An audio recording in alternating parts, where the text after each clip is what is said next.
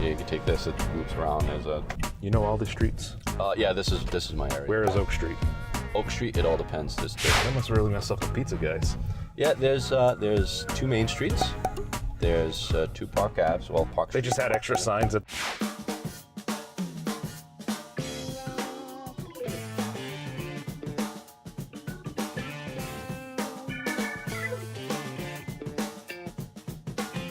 Hey, welcome into Carpooling with Ben. Folks, you know, over the summer, it became very popular, the whole lip sync challenge amongst police departments.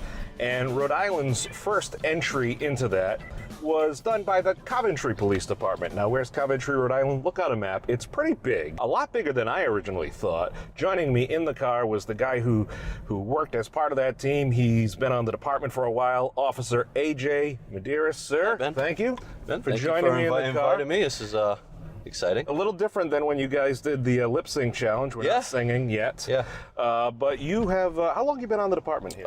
Just started my 14th year. Wow, congratulations. Yeah, that's seems like a long time as far as years, but it's a blink of an eye for police officers. And Coventry is it's a big city. It's a town. Yeah, it's a town. It's a town. Technically a town, yeah. 64.5 square miles. That's a lot of town. Yeah. Yeah, we're going to cover it all right now. It's going to take us about a half hour to get out to Connecticut, so I'll enjoy all that half hour with you that way and then back. So that's always good. You guys did the lip sync challenge this summer, and you know it's funny because community policing is not a new concept, but because of the lip sync challenge, I think more people started realizing that that's one of the many things that you guys do. Oh, absolutely, absolutely. We not just lip sync challenges, but we, there are a lot of different things that we as police officers enjoy just like anybody else. And I think people forget that. People see a uniform, they see a badge, they see, they automatically think we're just one way. And the lip sync challenge helps us to kind of break down those little barriers and show people that we like music just like everybody else. That we like. You're a real boy. That's it. That's it. You're really human. We are human. We are human. We're asked to do subhuman tasks sometimes. Sure. And sometimes people just, like I said, they just see the uniform. They don't see the actual person inside the uniform. So. Well, we appreciate it. You guys got a little snippet of what our lives are. A very small clip of. But you guys also do a lot of things out in the community, from car seat inspections to, working in the schools, working in the communities. Even, the day this comes out, you guys will be the end of No Shave November. Yeah. So you'll look like a totally different person the day after. So you may not recognize them.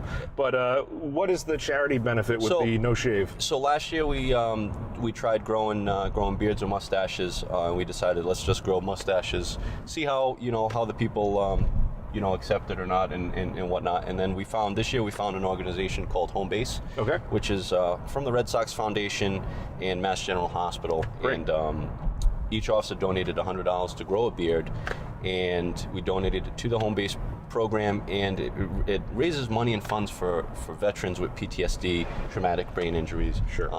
And that money goes to to helping them out. So we're one of several departments in the state that are doing it. So well, between the Red Sox organization and obviously as they stretch down to the Paw Sox and the different groups there, the Home Base, they've done events where you can do a road race where the road race actually ends at the home plate in the stadium, and you cross it, right?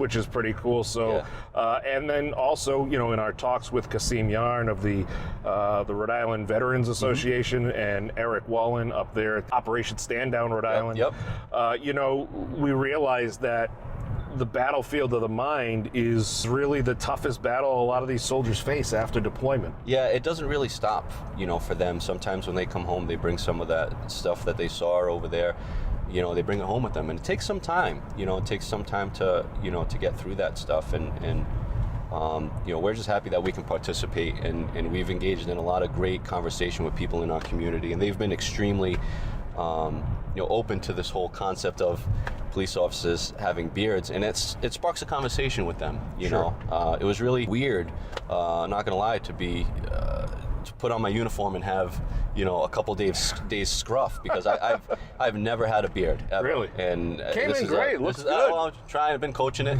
Talking to it. Hopefully. Are you using a beard oil or anything? I am.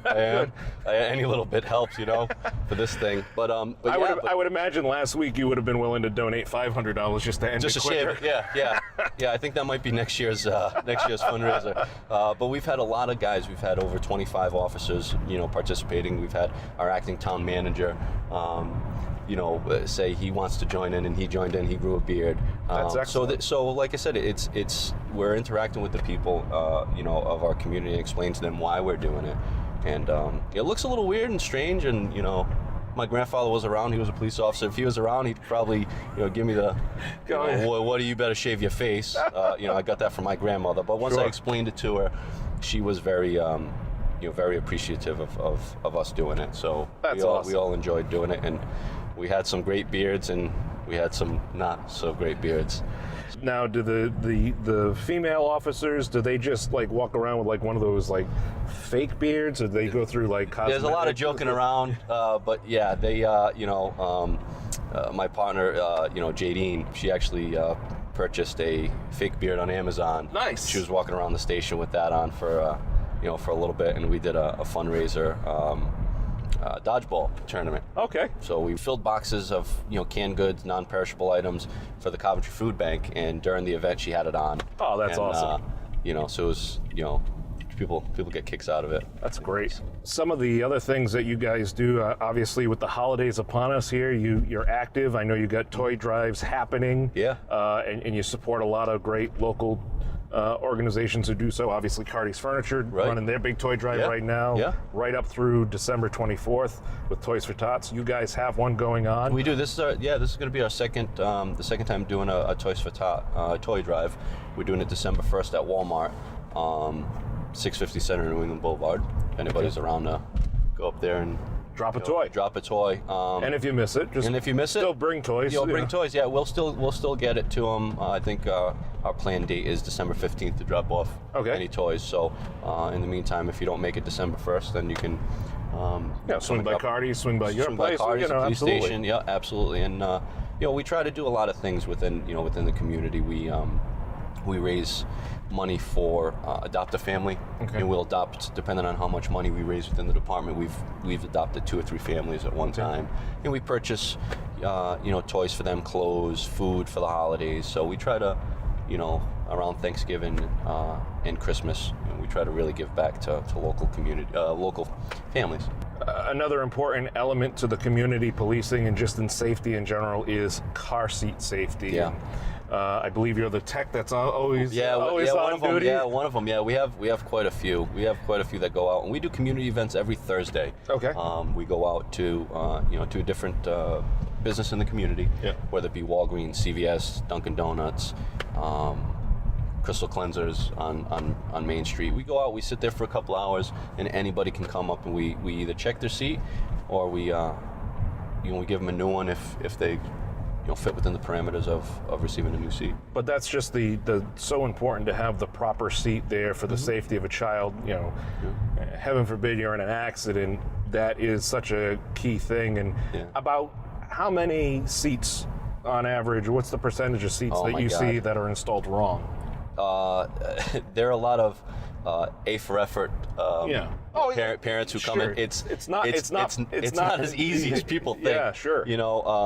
Well, you literally have to climb in the back. You kind of put your knee into it on some of them. And sometimes people come into the police station just to, hey, I was just driving by, I hear you guys check it, and we'll stop in, and whether it be 90 degrees, 130 degrees, whether it be 2 below, we're in this uniform, and we're sweating, beads of sweat, coming down my head, and we check them, and we do that, obviously for the child's safety, and we go through a 40-hour course. Just to install them, just to learn how to install them. So, I mean, it's not as easy as people think, and we're not surprised when people come in and say, I think it's right. And well, no matter how many YouTube videos and online videos you watch on how to install, it still doesn't beat the hands-on approach. So that's great that you guys do that. And we actually, instead of just installing them, we actually teach the whoever's receiving the seat we actually teach them how to do it. So Great. we don't just necessarily, you just come in, we don't say 3 words to you and we just plop it in, here you go, you're good to go. We kind of tell you, we kind of coach you through it. That's and then great. We kind of help you put the seed in. Well, it's important not only for the parents, but also for anybody who's a caretaker. So grandma, grandpa, aunts, uncles, babysitters, nannies, whatever it is, it plays that critical a role. And obviously, you work with Lifespan and Hasbro Children's Hospital and the governor's office on highway safety and Safe Kids, and I mean just all the agencies out there, which is great. Yeah, and we check, we do our research, we check for recalls, NHTSA, and try to really protect our kids here. Guys are nonstop. Yeah, nonstop. We do a lot. You've been on for 14 years, and obviously you've seen a lot of things change over that 14 years. Oh my God, yeah. As we come into the holidays, just in general, as kids get new electronic devices, what are the things parents should be, do you have any advice to what parents should be looking out for, and just as far as internet safety and protecting their... Well, I think parents should be nosy to an extent. I think they should really keep an eye on what their kids are searching, what type of information you're putting out there. We've had instances where people go away on vacation, they come home and they find their house had been broken into. Well, we find out that a day before they left for vacation, their teenager put on Facebook that I can't wait to leave for such and such, and so now everybody knows that they're gone, right? And so we try to remind parents to post about the vacation after the vacation. That's it. Share those Instagram photos later. Exactly. Yeah, and we just we kind of just suggest them being aware of trends that are going on, sure, and being more involved in their social their children's social media accounts. Yeah.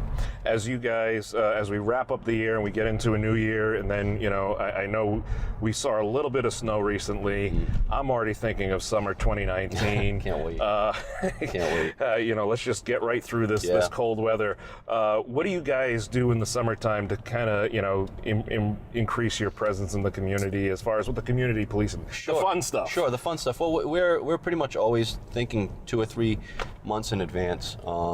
So obviously we got February vacation. Kids will come back from that, and we'll probably have something set up. But in the summertime, we work really well with Coventry Parks and Recs. Great. And we do a mini police agility. Okay. At one of the summer camps. Yep. And we run the kids through, a modified, police agility for them. We'll be out on the bike path. We'll stop kids, make sure that their helmets are being worn properly. We have Johnson's Pond, so we'll be out there, patrolling the pond. Sure. Yep. So in the summertime, we just try to really be active and try to be seen. Obviously in the community. So if people want to learn more about everything that's going on with the Coventry PD, you guys have a great Facebook page. Obviously, you can see the lip sync challenge video right there. Please go to the Facebook page, like us, comment on whatever you see. We're pretty much we're pretty open about what we share. We want people to be aware of crimes that are happening in the community, and social media has really helped with that. So yeah, it's become and it's not just in Coventry, because obviously people watch this all across the country, all across the world, because we're worldwide here on the web. I don't know if you knew that. No, World Wide Web. Is it endless? Is there an end to the web? Never ending. Never ending. That's never ending. Reassuring. That's what I try to, it's scary. Obviously, there are police departments all across the state, all across the country, that have their social media accounts, and there's, whether it be on Facebook or Twitter or Instagram. But keep being out there. It's a great way, even just to know, when there's a parking ban. That's you don't have to call the dispatcher anymore. Yeah, and everything, every department is different. The state of Rhode Island is so small, but we have so many different, policing styles and different police departments that just, some of them embrace the social media, and jump both feet in like we did, and some departments just keep it to, strictly basic information. Sure. No nonsense kind of stuff, and that's fine too. But it takes the public interacting with the police department to really, and the police department in turn interacting with the public to really kind of break down those those barriers, and have a good community-oriented police department. Awesome. Officer Medeiros, sir, thank you so much. Wish you a great holiday. You and your family. I'm looking forward to seeing a freshly shaved. I can't wait. I can't. I might have a tan line. I went to Cancun for a friend's wedding, and I think it's. I hope I don't have a funny. Well, let's see. You just go into the tanning booth and just stick your head in it. Yeah. But I really do appreciate this opportunity, and hopefully people go out there and have a safe holiday. Don't drink, don't drive. Uber's a great thing. It's a beautiful thing. So.